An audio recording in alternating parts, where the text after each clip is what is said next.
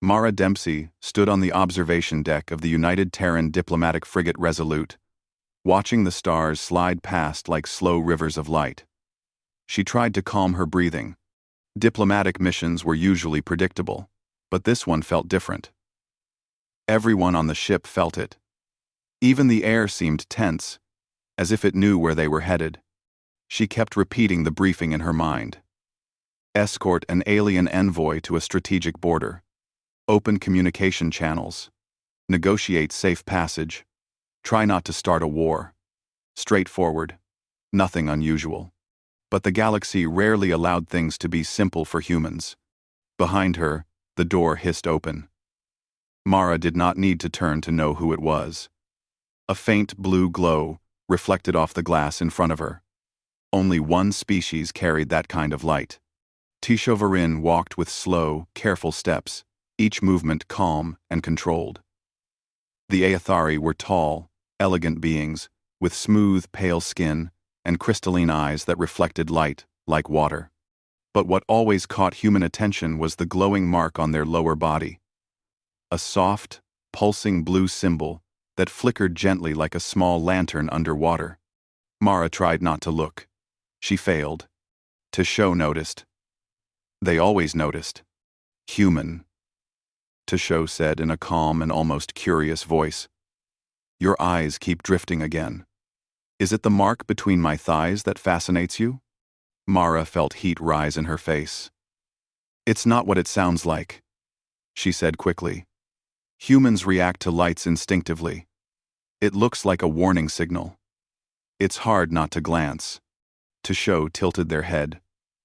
A warning signal? No. It is only a cultural marker. A symbol of identity and heritage.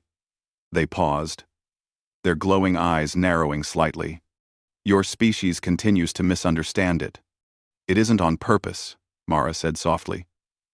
We're just wired different.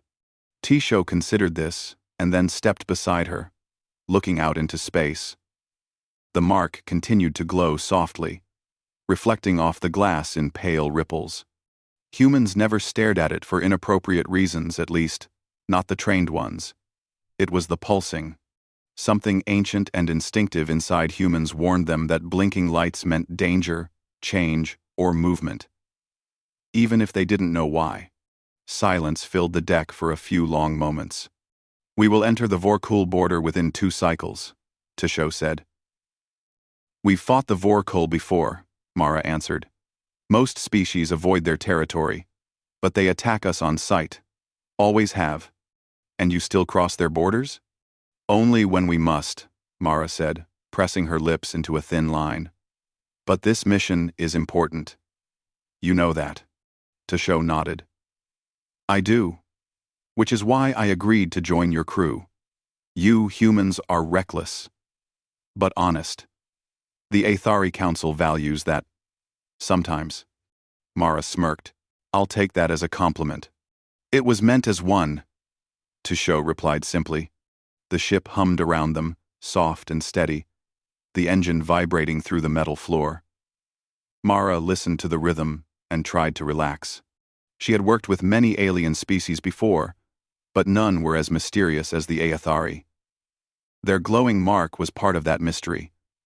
Humans had studied it from afar for years. It made no sense. It acted like a communication pattern, but no signals were detected. It acted like an emotional indicator, but it pulsed even when the Aethari were calm. Some scientists even thought it might have once been part of an ancient biological defense system. But every Aethari insisted it was only cultural, only history, only tradition. Humans were not convinced. Mara and Tisho stood together in quiet peace until the ship lights dimmed slightly, an indication that shift cycle was ending. Mara straightened herself. I should get back to the bridge, she said. We need to confirm our route. May I accompany you? Tisho asked. I would like to observe your navigation methods firsthand. Of course, she said. They walked through the ship's long central corridor. Crew members passed them with respectful nods, though many tried not to stare at the blue symbol on Tisho's lower body. Some succeeded. Many failed. As they walked, the mark pulsed slightly brighter than before. Mara noticed, but said nothing. It was probably just the lighting. Probably. On the bridge, First Officer Reed glanced over as Mara arrived. "Captain," he said. "We are approaching the outer edge of the Vorkul border. No hostiles detected." "No hostiles yet," Mara corrected. Reed nodded. "Yes, ma'am." "Not yet." Tosho stepped closer to the main display, studying the map of the region. "This zone has been contested for many generations. My people avoid it. Your people do not. That's because humans don't give up useful space," Reed muttered under his breath. "Tosho, is your council certain the Vorkul will agree to peace talks?" Mara asked. Tosho folded their long fingers calmly.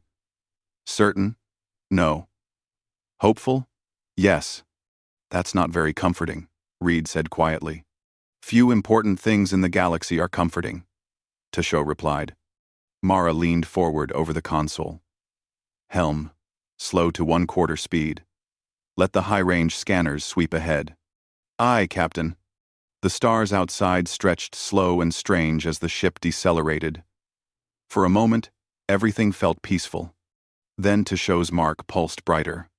Not softly, not slowly, but sharply, as if trying to flash a warning. Tosho frowned at the unexpected sensation. "Strange," they whispered. "It does not usually glow this intensely," Reed noticed. Captain? Is that normal?" "Tosho," Mara asked, trying to keep her voice steady. "It is probably nothing," Tosho said. "Occasionally it reacts to emotional variance around me." "No one here is nervous," Reed said. "Well, except me. Now." Mara stepped closer to Tosho. "Does it hurt?" "No, it is only brighter." The mark flared again, slightly stronger. Then again, almost like a heartbeat rushing under stress. The bridge crew exchanged uneasy looks. The scanners remained quiet. No ships, no signals, no threats. But the mark was glowing like a small star. Tosho exhaled slowly, looking troubled for the first time. "Perhaps the engines are causing interference?" "Maybe," Mara said, though she didn't believe it. "Engineering. Report any anomalies." A voice answered. "None, Captain." The bridge fell silent. Tosho's eyes shifted, a quiet worry forming. "This is unusual. My people do not experience this level of activity." Reed leaned forward. "Could it be picking up something we can't?" "Impossible," Tosho said immediately. "It has no detection function. It is not a tool." Mara watched the mark carefully. "Then why is it doing that?" Tosho had no answer. The ship continued moving forward, slow and careful. The lights remained dim. The air felt heavier than before. Even the hum of the engines sounded different, almost like a muted warning. A few minutes passed. Tosho's mark refused to relax.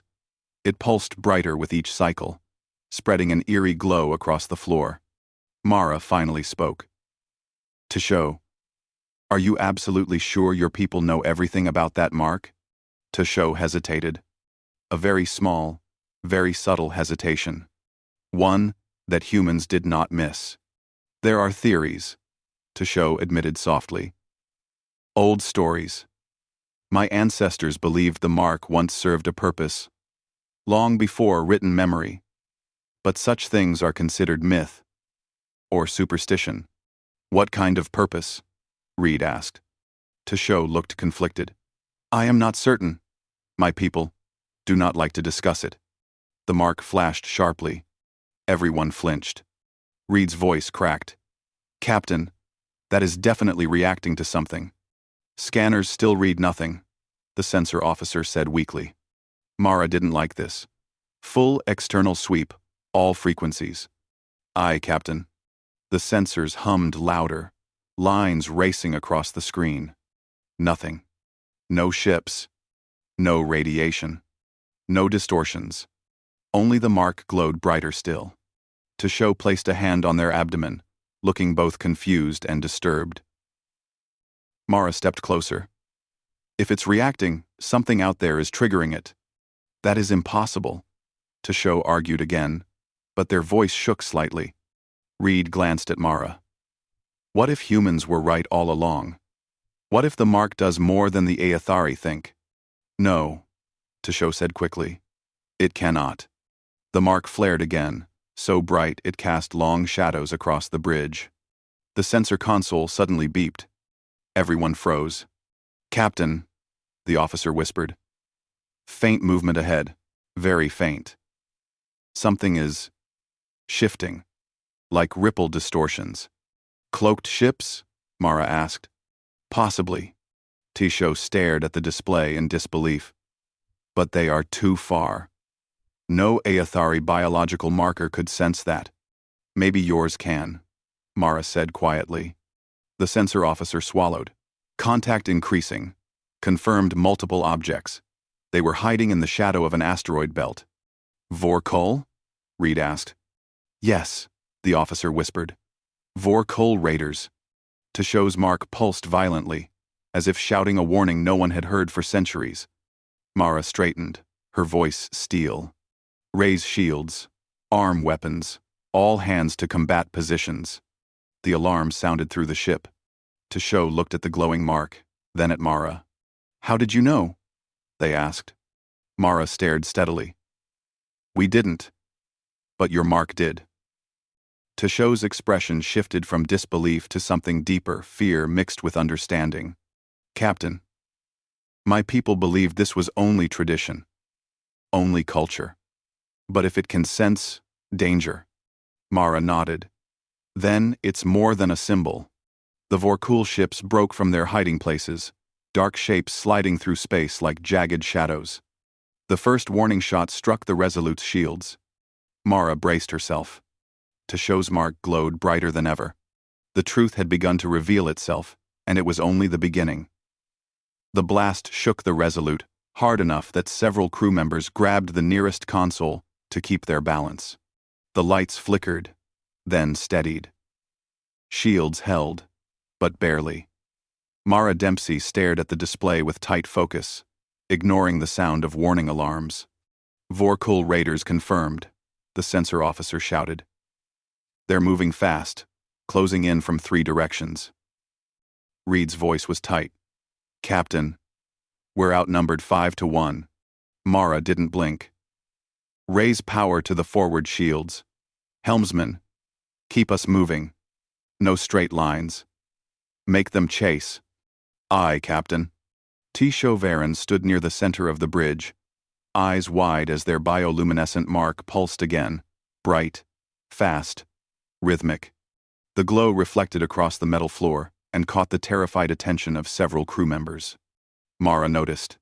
Tesho. I see it. Tesho whispered. But I do not understand. It was never meant for this. It should not behave this way. Reed snapped. Whether it should or shouldn't, it's doing it. And frankly, it's doing it before our scanners do. Tesho turned toward the tactical display. How many raiders? 13, the sensor officer answered. All lightly armored, but fast. They're using the asteroid belt for cover. The mark pulsed sharply, faster than before. Tesho? Mara said. Talk to me. There is something, Tesho said slowly. A sensation. A kind of pressure. I have never felt this before. Another blast hit the shields, throwing sparks from the engineering station. Captain, shields down to 60%. Return fire, Mara ordered. Target their lead ship. Don't try to kill, just force them to disperse. Firing. A railgun burst echoed through the ship. A bright streak shot across space and struck the nearest Vorkul hunter craft, pushing it off course. The raiders scattered, regrouped, then returned fire. The Resolute shook again. Tesho gripped the railing to steady themselves. The mark glowed brighter, then dimmed, then flared again like a flickering heartbeat syncing with the movement of something unseen. Tesho. Mara said, stepping beside them. Can you tell which direction the danger is coming from? The glow changes every time they reposition. I think it's reacting to movement. That is impossible, Tesho said, trembling. My people have studied this mark for thousands of years. It does not sense anything. It is symbolic. Only symbolic. Mara looked calmly at them. It's not behaving symbolic right now. Another ripple of light flashed through the mark, 3 quick pulses, then one long burst. The sensors beeped moments later. Captain! 3 raiders approaching from port-side asteroids. Their weapons are powering. Already know, Mara said. Roll starboard. Divert power to port shields. The crew obeyed instantly. The ship rolled right, the enemy shots whizzing past where the hull had been a second earlier. Tesho stared in shock. But you reacted before the scanners. Mara pointed at the glowing mark. No, it did. Tesho swallowed. This is not possible. This is not true.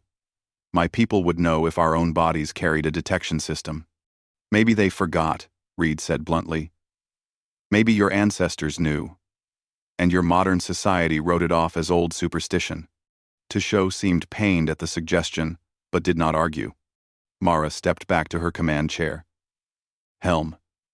Keep moving. Weapon crews target anything that breaks formation. Don't let them trap us. The battle intensified. The Vorkul raiders hurled plasma bolts that burst across the Resolute's shields. The ship spun, accelerated, dodged, and countered with railgun bursts and precision laser fire. But the raiders were fast. Too fast. Captain! The tactical officer shouted. 2 enemy ships breaking from the group. They're heading toward our engines. The mark flashed a rapid sequence of pulses, almost frantic. Tesho, Mara said urgently. Do you feel where they're going to hit? I do not feel where, Tesho said, but I sense the intensity. It is stronger behind us. Behind us, Mara repeated. Engines, brace for impact. Helm, climb 30 degrees and roll left. The ship moved just in time. A plasma bolt shot under the Resolute, missing the engines by a narrow margin. Reed exhaled shakily. Captain, they are trying to disable us, not destroy us. That means they want someone on board, Mara said. Either Tesho or me. The possibility hung in the air. The Vorkul were notorious for targeting diplomats. Tesho's mark pulsed again, steady, strong pulses. The crew stared at it, as if it were some ancient oracle. Captain, Reed said quietly, we should use it. Whatever it is. Mara nodded. Tesho, I know this is uncomfortable, but I need your help. Can you describe what's happening inside you when the mark changes? Tesho looked down, watching the glow shift. It is like a sense of danger, but not fear. More like awareness. Something old. Something deep. I feel direction, but only vaguely. And I feel when the danger grows stronger. It's enough, Mara said. Stand near the tactical station. Call out any changes you feel, even if they seem meaningless. Tesho hesitated, then nodded. Very well. The mark suddenly flared bright blue. Tesho gasped. Left side. Something is coming fast. Helm. Hard left. The ship lurched. A Vorkul ship decloaked within firing distance too close for scanners to detect early. But it missed its shot entirely. As the Resolute banked away, Reed stared at Tesho in disbelief. You predicted their ambush. Tesho shook their head. I only felt it, and I do not know how. That's good enough for us, Mara said. The battle raged on. Slowly, very slowly, Mara shifted her strategy. Instead of relying on scanners, she relied on Tesho. Every time the mark pulsed, the ship pulled away or angled in a new direction. Every time the mark dimmed, the crew prepared for an attack. And every time Tesho cried out in warning, the Resolute fired first. At first, it seemed like luck. Then skill. Then something else entirely.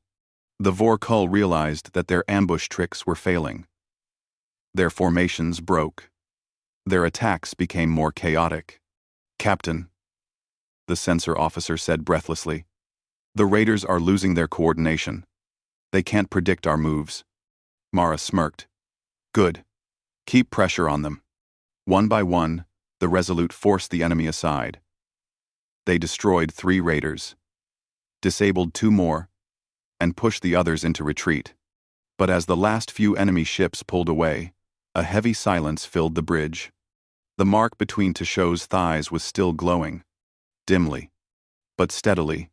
"Tishou?" Mara said softly. "It is not over," Tishou whispered. "This glow, it is different. Not sudden, not sharp. It feels like distance, danger far ahead, but large." "How large?" Reed asked, his voice tense. Tishou closed their eyes. "Too large for raiders. Too large for any escort fleet. It feels like a storm moving toward us." Mara turned toward the sensor officer. "Scan the region ahead. Deep scan. All frequencies." The officer's fingers flew across the console. Lines raced across the screen. The ship's hum deepened to a lower tone. Seconds passed. Then the officer's face went pale. "Captain, I'm getting something." "Show me." The display lit up. Not one ship. Not 10. Not 20. But hundreds. Huge Vorkull warships many times larger than the raiders were moving like a dark tide beyond the asteroid belt. Cloaked. Silent. Almost invisible. Reed whispered, "Dear God." Tishou stared in shock. This is a swarm. A full Vorkull battle swarm.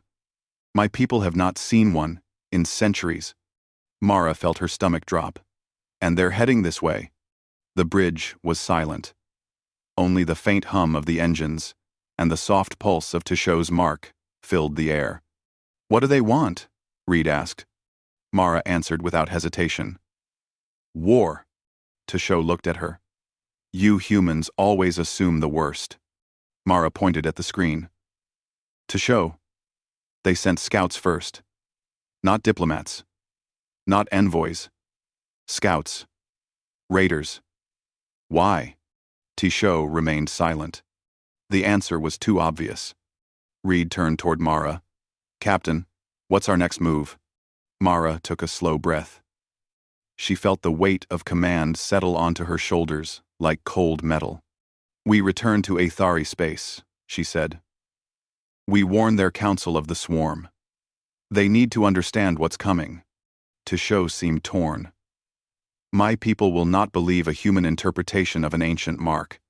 "Then don't make it about humans," Mara said. "Make it about you." Tishou hesitated. "What if they refuse to listen?" Mara met their eyes firmly. "Then humanity will stand with you. With or without their permission." Tishou looked down at the glowing mark. For the first time, they touched it not with confusion but with fear and respect. "It seems my ancestors left us more than a symbol," Tishou whispered. "They left a warning." Mara nodded. "And we're the first ones to listen." Behind them, the massive swarm continued to move. Silent, patient, hungry, and the Resolute began its desperate race home. The flight back toward Aethari space felt longer than any journey the Resolute had ever taken. The ship moved at maximum speed, engines burning bright like a trail of fire behind them. But to Mara Dempsey, it still felt too slow. Every minute they spent flying was another minute the Vorkull swarm crawled closer to civilization. The bridge was quiet. Not peaceful, just tense. Every crew member worked in silence, double-checking scans, adjusting power systems, and watching the long-range sensors for any sign of pursuit. Teshouvarine stood near the main display, their strange glowing mark lower on their body flickering gently. It had calmed since the battle, but its soft pulses still reminded everyone of the danger behind them. Tishou kept touching it absent-mindedly, as if trying to understand what it truly was. Reed broke the silence. "Captain, no sign of raiders following us." "Good," Mara said. "They probably think the scouts scared us off. They don't know we saw the whole swarm." Tisho spoke quietly. "My people will not accept this easily. The Council believes the Vorkul raids are small events. They will not believe an ancient biological warning." Mara turned toward them. "We'll show them the recordings, the scans, the formation patterns, everything." Tisho shook their head. "My people trust technology more than instinct, Captain. They always have. If technology did not detect the swarm first, the Council will doubt." Reed frowned. "Even if it means risking their whole civilization?" Tisho looked down at the glowing mark. "Traditions can blind a society just as much as fear." Mara stepped closer. "Then, we'll break that blindness." The ship continued forward, the stars bending around them as the engines pushed harder and harder. Mara kept her eyes on the star map. They were close, only 2 more hours, until they reached Aethari space. 2 hours could be an eternity. 30 minutes later, the alarms chimed. Reed snapped upright. "Captain, we've got movement." Mara's heart froze. "No," Reed said, staring at the data. "Aethari vessels. A whole patrol fleet." The bridge screen lit up with tall, elegant ships with curved armor plates that shimmered like glass. The ships were beautiful, peaceful, and clearly built for diplomacy, not war. A calm Aethari voice filled the comm channel. "Unidentified Terran ship. This is Aethari Border Command. State your purpose." Mara stepped forward. "This is Captain Mara Dempsey, of the United Terran frigate Resolute. We carry envoy Tisho Varan with urgent information for the High Council." There was silence. Then the Aethari voice returned, troubled. "Tisho Varan? You have been missing for several cycles. The Council believed you were lost." Tisho stepped forward. "I am alive, and I bring dire warning." The glowing mark pulsed, almost as if agreeing. The Aethari ships hesitated, then created a narrow corridor of safe passage. "Proceed. The Council awaits you." The fleet escorted the Resolute through shimmering gates of light into Aethari space. The colors changed. The stars seemed softer, the glow of planets warm and calm. It was a peaceful region. Too peaceful. Mara felt a strange ache thinking that all of this calmness was in danger. When they landed on the Aethari capital station, the Council members were already waiting.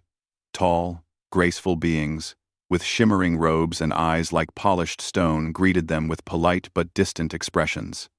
The Council leader stepped forward. "Tisho Varan, your presence was not expected. Why do you return in a human warship in such haste?" Tisho bowed respectfully. "Honored Council, an ancient danger has returned. The Vorkul swarm moves toward our borders. I witnessed it with my own eyes." The Council members exchanged doubtful looks. One of them spoke. "A swarm? Impossible. The Vorkul have not deployed one in centuries." "They have now," Mara said firmly. Several councillors frowned at the human speaking out of turn. Tisho continued. "The raid I witnessed was not random. It was scouting, testing weaknesses, preparing for a larger strike." Another councillor shook their head. "We have no sensor data supporting such a claim." Ass. Ass. Ass. Ass. "Because they used cloaking fields," Reed said. "Your sensors didn't see them. Our ship only detected them at the last moment." Mara added, "But something else detected them earlier." All eyes turned to Tisho. The Council leader's voice became quiet and serious. "Explain." Tisho swallowed hard. The mark we carry between our thighs. It reacted to the danger. Earlier than any scanner. Earlier than any known technology." Gasps filled the chamber. One councillor stepped forward sharply. "The mark is cultural, symbolic. It has no biological function." I believed that too, Tesho said, but it reacted before each enemy strike. It warned us of directions of attack. And it sensed the swarm. A heavy silence fell. Another counselor spoke, almost angry. You would claim our sacred heritage is some kind of survival tool? Not claim, Tesho said simply. Reveal. The counselors murmured among themselves. Their expressions troubled. Some looked fearful. Others looked offended. None looked convinced. Mara stepped forward, ignoring the disapproving looks. With respect, your society may have forgotten an old truth. Humans have seen many civilizations that lost knowledge over time. Sometimes culture outlives memory. Sometimes meaning fades. Reed added, What matters now is that the mark works, and it saved us. The council leader's voice was sharp. We will not rewrite our heritage because a human ship misread a glow. Tesho stepped in front of Mara and Reed, lifting their head proudly. Then test me. Bring a sensor probe. Bring a threat simulation. Bring anything that emits danger. The mark will react. Will it? A counselor asked skeptically. Tesho hesitated, but only for a moment. Yes, it will. The council leader signaled a guard. Prepare a test. Minutes later, Tesho stood alone in the center of a large testing hall. Mara, Reed, and dozens of counselors watched from behind a shielded viewing wall. Several Aethari scientists activated a series of high-intensity energy projectors meant to mimic hostile weapon signatures. At first, the air was calm. Then the projectors activated. Tesho gasped as the glow beneath them flared bright, pulsing in heavy waves. The mark responded instantly, violently, and unmistakably, exactly as it had on the Resolute. The hall filled with blue light. The watching counselors went silent. A second projector activated behind Tesho. Before the sensors reported anything, the mark flared again, this time in the opposite direction. A third projector activated at ground level. The mark responded again. By the time the test ended, no one could deny the truth. Tesho stood there breathing hard, the glow slowly dimming as the danger simulation faded. The council leader stepped forward, eyes wide with shock. Our ancestors, the leader whispered, left us a warning system for the Vorkal, and we forgot it. Mara nodded. Now you remember. And now you can use it. The council chamber erupted into intense discussion. Some counselors wanted immediate evacuation. Others wanted to call for negotiations. Others froze in fear. Mara raised her voice. There's no time to debate. The swarm is moving. We need a fleet. A big one, Reed added. And we need Aethari crews trained to read those marks. The more Aethari we use, the more early warnings we get. The council finally agreed. Within hours, the Aethari military mobilized. Ships launched from every station, every dockyard, every orbital hangar. Their shimmering hulls reflected the burning urgency of the operation. Thousands of Aethari took position on battle decks, each one's ancestral mark glowing softly. Human engineers and Aethari strategists worked side by side, mapping the swarm's predicted route using Tesho's recollection and the mark's reaction patterns.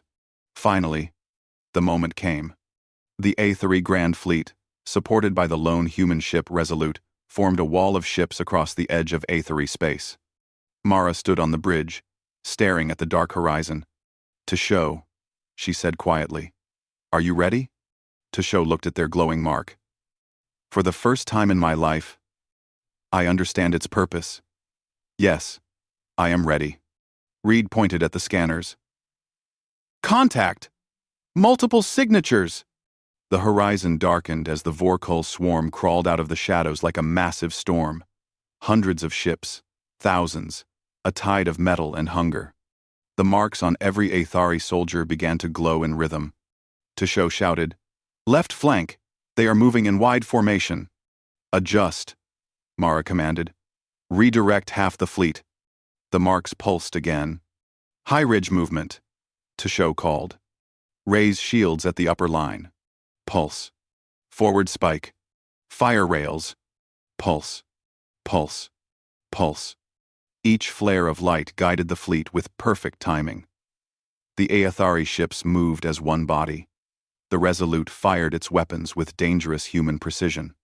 The Vorkal, expecting easy prey, crashed instead into a united wall of two civilizations, fighting with one ancient instinct. The battle raged for hours, but slowly, surely, the swarm broke. Their formations shattered. Their attacks failed. Their ships collapsed under coordinated fire.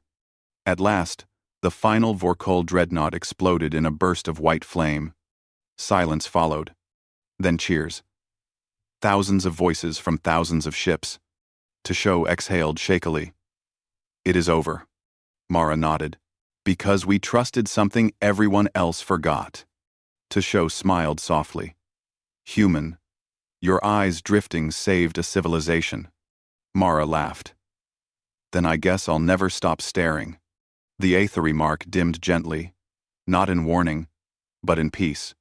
And humanity earned its place not through power or fear, but by seeing what no one else saw.